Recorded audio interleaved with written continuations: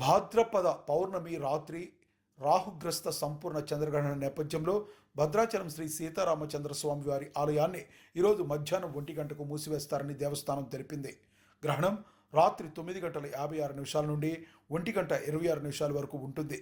మధ్యస్థ కాలంలో 11:42 రేపు ఉదయం 3 గంటలకు ద్వారాలు తెరిచి ఆలయ శుద్ధి సంప్రోక్షణ అనంతరం సుప్రభాత సేవలు, ఆరాధనలు, తర్వాత దర్శనాలు ప్రారంభమవుతాయి. గ్రహణ సమయంలో భోజన నియమాలు, జపధ్యానాలకు ప్రాధాన్యం ఇవ్వాలని సూచించారు. కుంభ, మీనం, మిథునం, సింహరాశుల వారు జాగ్రత్తలు పాటించాలని, పూజా కార్యక్రమాలను గ్రహణకాలం వెలుపల నిర్వహించాలన్నారు. దేశవ్యాప్తంగా అనేక దేవాలయాలు సాయంత్రం 5 లోపు మూసివేయాలని ధర్మాచరణ సూచన, భక్తులు సమయ పట్టిక పాటించి సహకరించాలని విజ్ఞప్తి చేశారు.